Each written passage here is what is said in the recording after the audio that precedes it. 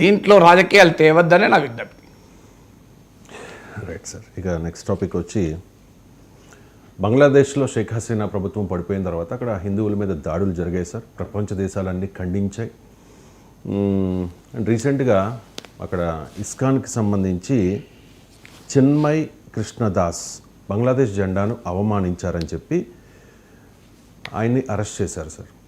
ఆ తర్వాత హిందూ ఆలయాలపై నిన్న ఒక 3 హిందూ ఆలయాలపై అక్కడ దాడులు జరిగాయి. దీని మీద పవన్ కళ్యాణ్ రెస్పాండ్ అయ్యారు సార్.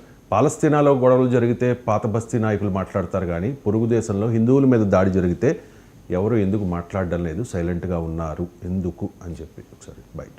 పాలస్తీనాలో మనందరం ఖండించాలి కదండి. ఎక్కడో పాలస్తీనాలో గొడవ జరిగితే మొత్తం హైదరాబాద్ ఓల్డ్ సిటీ నుంచి ప్రతి చోట అందరూ లేచి మాట్లాడతారు. అలాంటిది మన పక్క దేశమైన మన నేబరింగ్ కంట్రీ బంగ్లాదేశ్లో హిందువుల మీద ఊచకోత జరుగుతూ ఉంటే, దాడులు జరుగుతూ ఉంటే బేసిక్గా భారతదేశం సమాజంలో స్పందించదు. అది నాకు చాలా ఆవేదన కలిగిస్తుంది. ఇండియన్ ఆర్మీ అంటే ప్రతి దేశంలో ప్రతి రాష్ట్రంలోని సైనికుడు ఉంటారు అక్కడ. వాళ్ళ రక్తాలు దారపోస్తే తప్ప, వాళ్ళ ప్రాణాలు కోల్పోతే తప్ప ఈ రోజున బంగ్లాదేశ్ విమోచన జరగలేదు. షేక్ ముజిబుర్ రెహమాన్ ఆయన ప్రభుత్వం స్థాపించలేకపోయింది.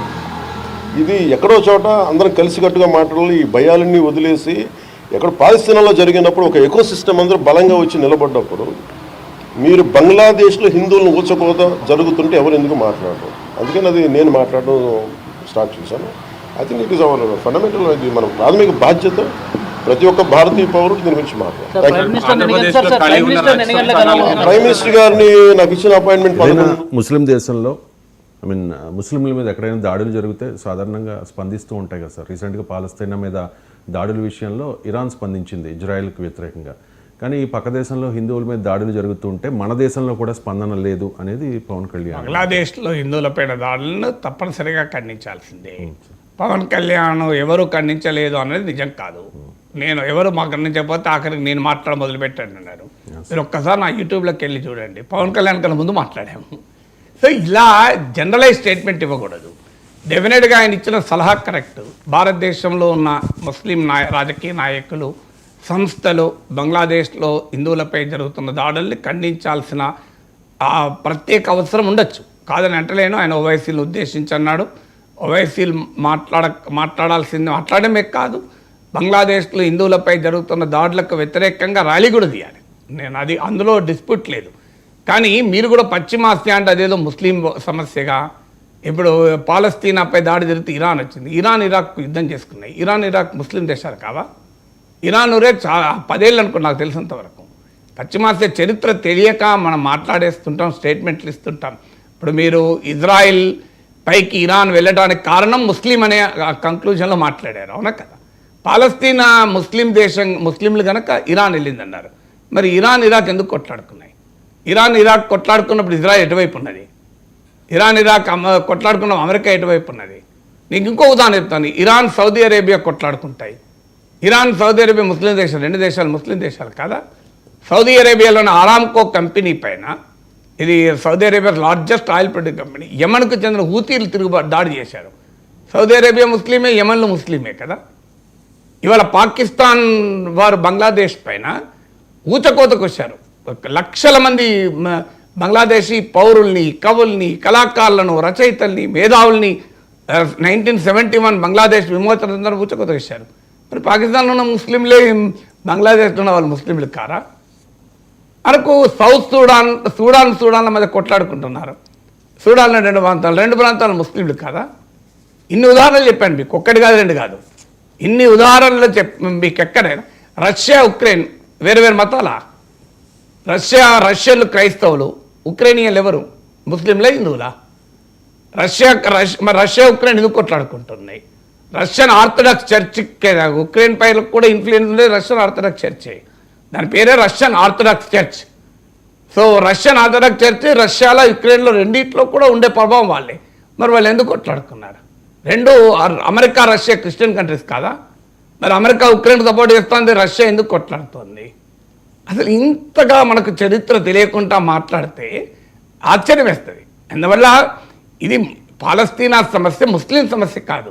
నేను మోడీ ప్రభుత్వ స్టాండ్ చెప్పాను నాకు పాలస్తీనా పైన. మా మోడీ ప్రభుత్వం ఏం చెప్తోంది?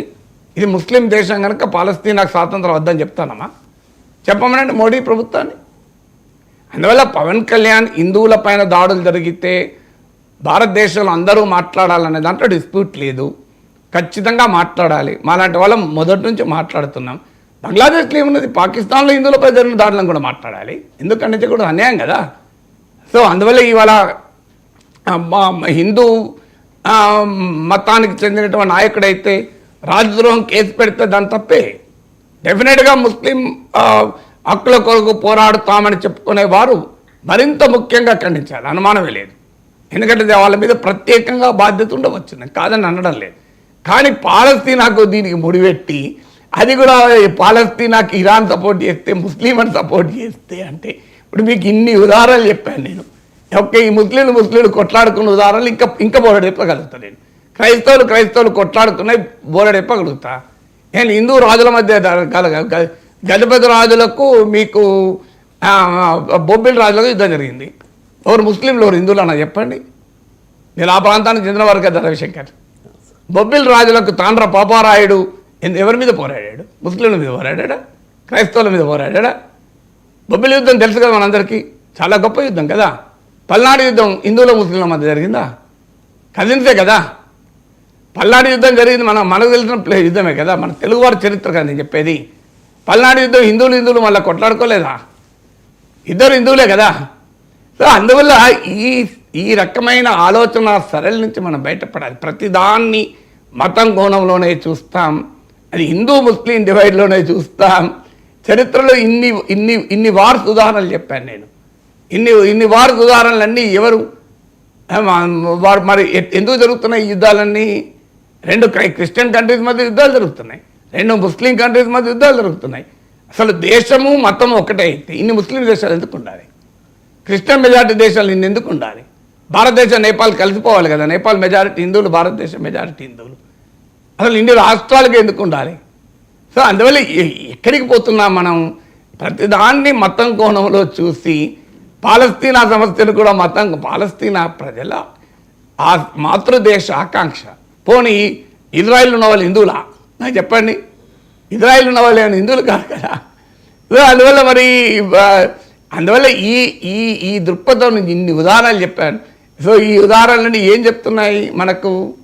సో ఈ ఉదాహరణలన్నీ ఆఫ్ఘనిస్తాన్లో అంతకుముందు ఉన్న ప్రభుత్వం ముస్లిం ప్రభుత్వం, ఇప్పుడున్న ప్రభుత్వం ముస్లిం ప్రభుత్వమే. మరి ఎందుకు కొట్టడాలు జరిగినాయి? సో అందువల్ల ఈ రకమైనటువంటి ధోరణి నుంచి మొదలు మనం బయటపడితే మంచిది. ఖచ్చితంగా అది పాలస్తీనాలో ప్రజలపైన దాడులు జరిగినా, అది బంగ్లాదేశ్లో ప్రజలపైన దాడులు జరిగినా దాన్ని ముక్త కంఠంతో ఖండించాల్సింది, అనుమానమే లేదు.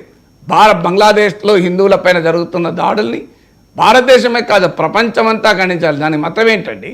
మానవత్వం కదా, అరాచకత్వం కదా. హిందూ దేవాలయాలపైన దాడులు జరుగుతున్నాయి, హిందువులపైన దాడులు జరుగుతున్నాయి. సో అందువల్ల దాన్ని అందరము ముక్త కంఠంతో ఖండించాలి. అంతర్జాతీయంగా ఒత్తిడి కూడా తేవాలి, అనుమానమే లేదు. దానికేమీ భిన్నాభిప్రాయం లేదు. ఇలా మన మోడీ ప్రభుత్వం షేక్ హసీనాకు రక్షణ ఇచ్చింది. షేక్ హసీనా హిందువా అండి? ముస్లిం కదా. ఆమె నమాజ్ ఆమె అల్లాను పూజించదా? మన మోడీ ప్రభుత్వం పవన్ కళ్యాణ్ ఎందుకు షేక్ హసీనా ముస్లిం పంపియండి అని అంటలేడు? పంచాయతీ అక్కడే కదా ఇప్పుడు మనకు వాళ్ళకు. మన షేక్ హసీనాకి ఎందుకు ఇస్తున్నాం? మన షేక్ హసీనా ముస్లిమే కదా. మరి దీని అంతా హిందూ ముస్లిం యాంగిల్ అయితే షేక్ హసీనాకి ఎందుకు భారతదేశం రక్షణ ఇవ్వాలి? మనం వాళ్ళ ఇవ్వాల్సిన అవసరం లేదు కదా, మనకేం పని? అందువల్ల ఈ మతం అనే అద్దంలో ప్రతిదాన్ని చూస్తామనే ధోరణి నుంచి మొదలు బయటపడండి. అది మొదలు బయటపడితే సమాజంలో మన ఒక ఆదర్శవంతంగా ఉండొచ్చు. అందువల్ల ఎక్కడ మానవ హక్కుల ఉల్లంఘన జరిగినా, ఎక్కడ అన్యాయం జరిగినా మనం ఖండించాల్సిందే, అనుమానమే లేదు. బంగ్లాదేశ్లో హిందువులపై జరుగుతున్న దాడుల్ని అందరూ ఖండిస్తున్నారు, ఎవరు ఖండించలేదని కూడా పొరపాటు. అది పవన్ కళ్యాణ్ చూడకపోవచ్చు, చాలామంది ఖండించారు, అన్ని పార్టీలు ఖండించాయి, అన్ని మీడియా సంస్థలు ఖండించాయి. ఇది ప్రతిరోజు ఖండించడం అంటే ఏంటి? ఎవ్రీడే అదే మాట్లాడారు కదా. ఎవ్రీడే పవన్ కళ్యాణ్ అదే మాట్లాడుతున్నాడా? సో ఆ సందర్భం వచ్చినప్పుడు ఖచ్చితంగా ఖండిస్తారు, ఖండించాల్సిందే. ఎందుకు శ్రీలంకలో తమిళులపైన దాడులు జరిగినప్పుడు ఖండించలేదా? దాన్ని కాదని అనమా మనం?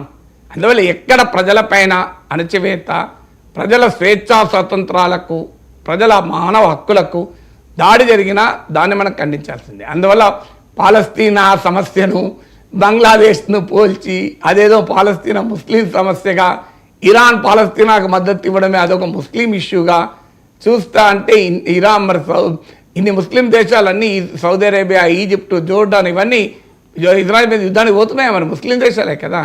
ఒక్క ఇరాన్ ఎందుకు మద్దతు ఇవ్వాలి? వీళ్ళందరూ ఎందుకు మద్దతు రాకూడదు?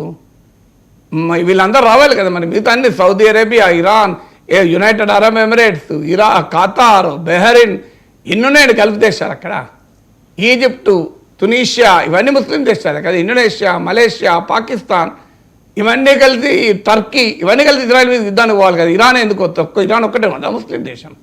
ఇవన్నీ ముస్లిం దేశాలు, ఇవన్నీ మరి కలిసి ఇజ్రాయెల్ మీద యుద్ధం ఎందుకు పోతలేవు? దీనికి ఆన్సర్ ఉండాలి కదా మనకు. ఇక నెక్స్ట్ మెగా ఫ్యామిలీలో towering personality mega brother Nagababu